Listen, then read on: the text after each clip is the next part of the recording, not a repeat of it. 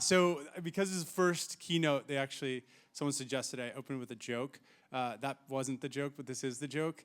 So how can you tell when a crypto founder is shilling?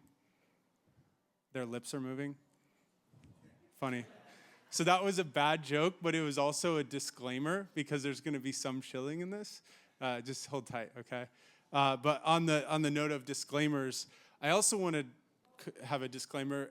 So we love Cosmos. We think Cosmos is great.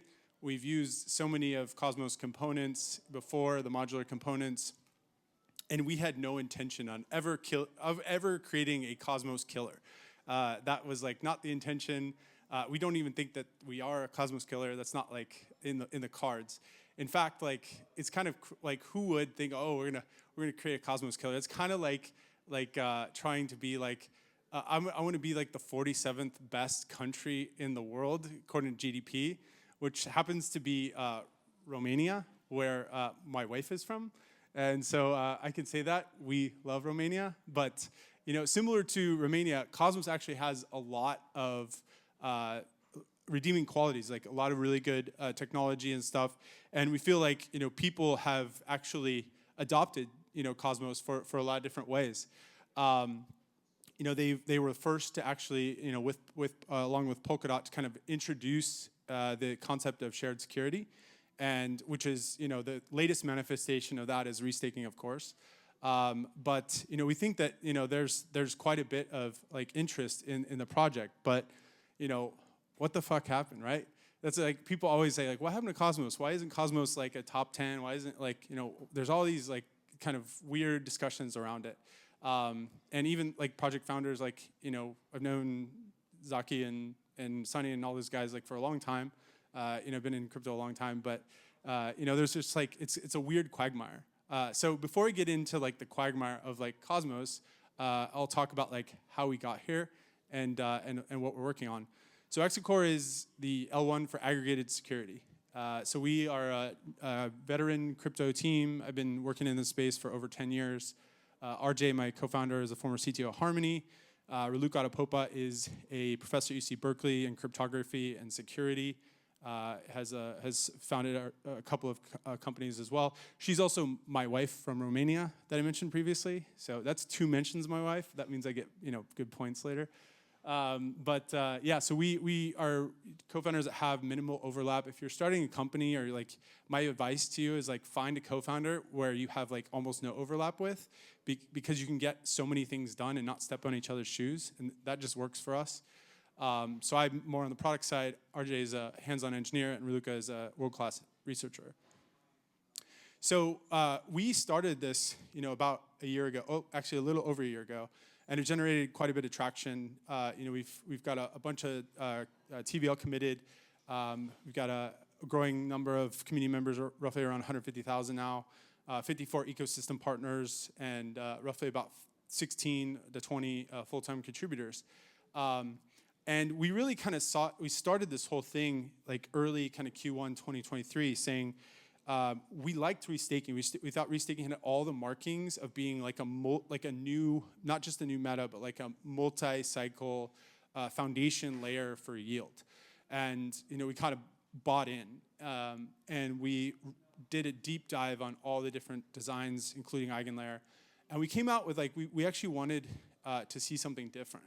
We wanted a restaking primitive that could support end chains and do it in a way that I could actually scale horizontally very, very, very easily. So as we kind of went down that road, we started first, and we've built L1 networks before. And so we started first on just the basic like security design, the architecture. We wanted to get that right, because it's easy to rewrite code. It's really hard to re-architect your project. Like if you screw up the architecture, it's guaranteed failure. So we actually spent like 4 to 6 months just like working on the security design and the architecture. And our goal was to come out with some design principles that would carry the project long into the future. So like we're very long, we play long game on all these projects. And we want Exocore to live on for decades. And in order to do that, especially in a decentralized manner, making sure you have like a clear cut, these are the core principles, and all the decisions that are made should actually have some supermajority like pass these core principles. You know, is this like have the right security? You know, is it protocol agnostic? Is this like the democratically governed kind of experience? So these are all kind of core principles that we feel like, you know, should be a massive part of the project. They're also like some of them like there's a big push to have everything be trustless in the space, which is, I'd argue actually trust minimization is sufficient, and that's like, you know, a more reasonable I guess goal. If you can make it trustless, that's even better, but just minimizing the trust as much as you can is probably the goal here. Permissionlessly open, like making sure that builders can build without having to ask permission for anything or wait for anyone. Reasonable decentralization, you know, everyone's on the path to decentralization, no matter where you are. You should aspire for like that reasonable decentralization. I think radical decentralization ends up in kind of chaos, especially if you're running, you know, we have a DAO structure that is, we don't want it to be like super chaotic where the community can't come to consensus on decisions. And this goes back to, again, like these core principles should help those decisions. So this is really important because, you know, and this kind of goes into like one of the shortcomings, I think, of the Cosmos ecosystem is kind of the community infighting. And like it typically happens because of the vision. And there's a disagreement on the vision and like what is the North Star. So we want this to kind of be the set of like the cluster of North Stars that people can adhere to. And then making sure it's, you know, modularly pluggable. So this future-proofs the protocol that you can swap out different components. If there's a better consensus mechanism, you know, it's not trivial to swap out consensus, but it's actually doable. So we had to kind of, we got to this point, okay, we got the core principles. Now, how do we actually build an omni-chain restaking kind of protocol? And what layer should it actually sit at? And so we went through like some like pros and cons and came up and kind of argued these, and maybe some are missing, maybe some, you know, you can argue about. But so our first thing was like, okay, what if we implemented, you know, omni-chain restaking at the smart contract layer? Kind of similar to what EigenLayer is doing, right? It's like EigenLayer plus. Like you just fork EigenLayer and you just deploy it on multiple chains. There was actually some benefits to this. You cut down the bootstrapping phase. You could literally just launch a smart contract, open up deposits, and boom, you're live. You inherit the security of the underlying L1, and you have alignment with the core developers of the L1, except if you're overriding their social consensus. Be careful with that. So the cons here are like there's actually, you run into some gas costs, right?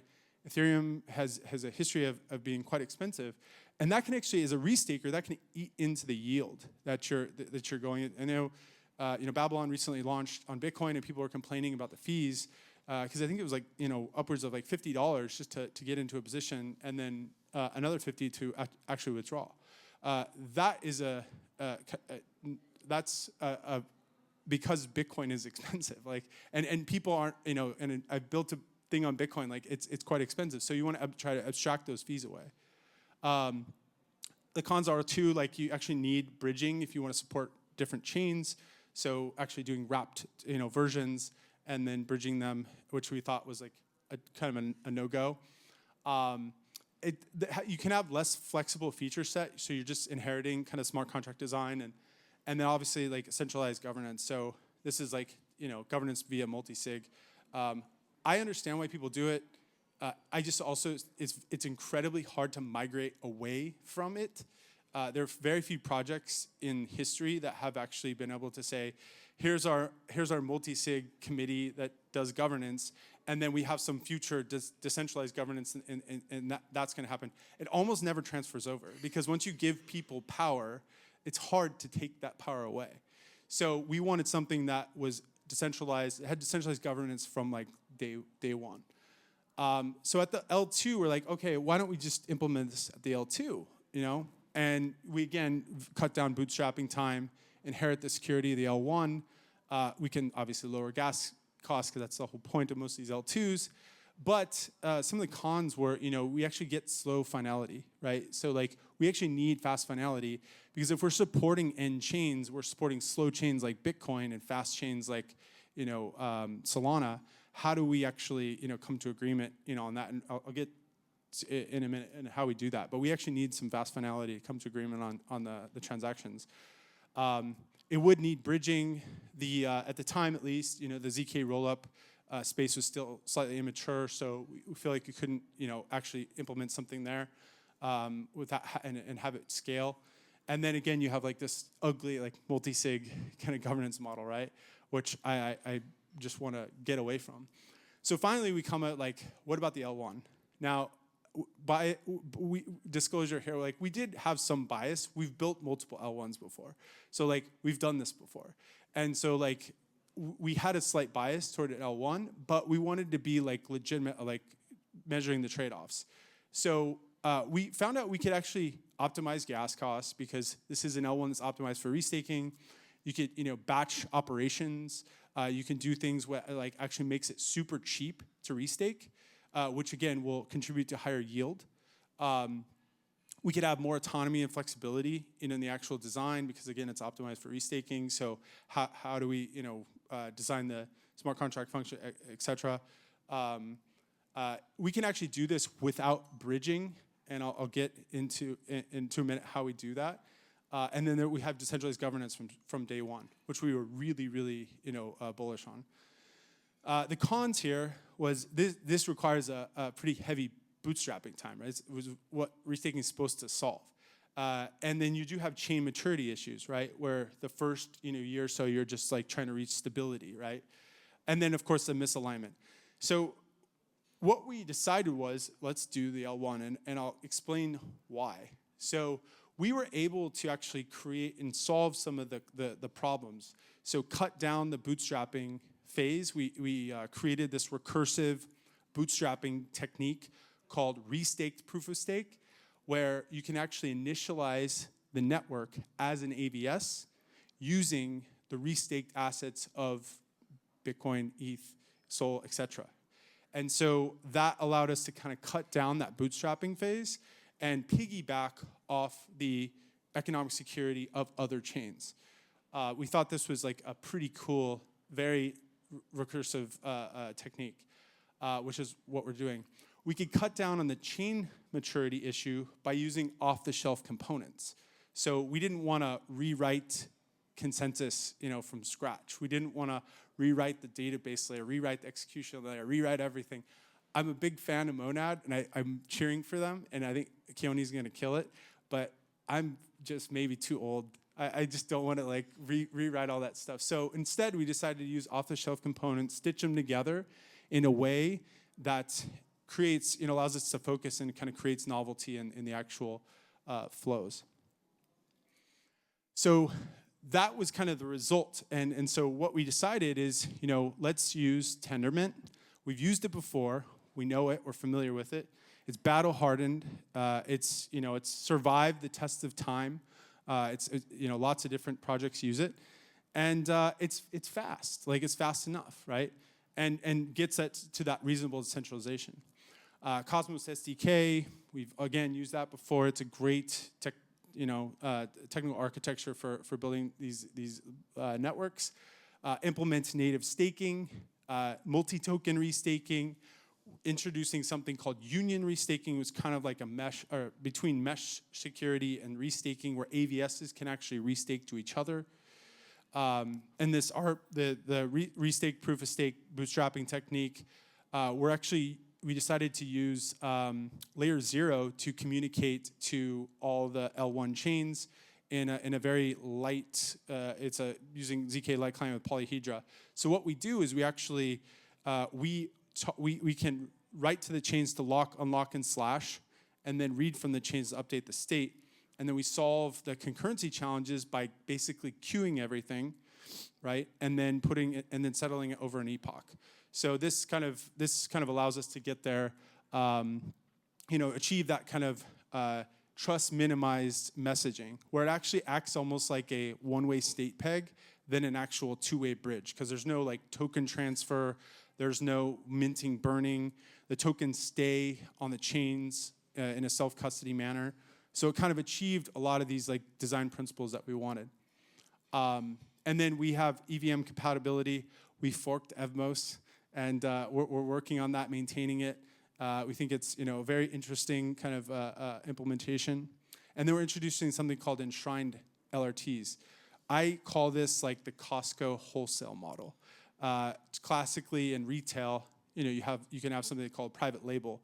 Or if you're familiar with Costco, Costco has the Kirkland brand, which is like kind of their brand, and that it kind of sits on the shelf with other brands. So every chain that we support will have its own flavor of an enshrined LRT that that will be embedded into the protocol. And there's some reasons for this, for like better security, less fees. We can kind of compress a lot of smart contract risk. So as we're kind of going, people started saying, this looks a lot like Tendermint with better tokenomics.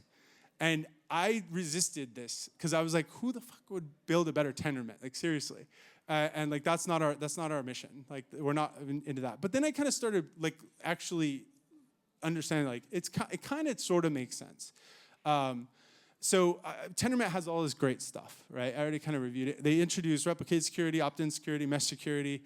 They're like security they experiment, and it's only like it makes sense that now restaking is kind of manifested as a result of this, right?